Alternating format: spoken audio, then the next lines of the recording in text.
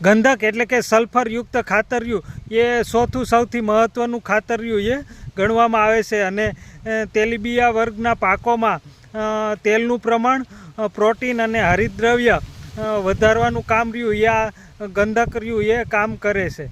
એટલે આ ખાતરિયું એ કપાસ, મગફળી અથવા તેલીબિયા વર્ગના પાકોમાં 1 હેક્ટરે 20 થી 25 કિલો આ ખાતર વાપરવાથી સારું એવું રિઝલ્ટ આપણને મળે છે.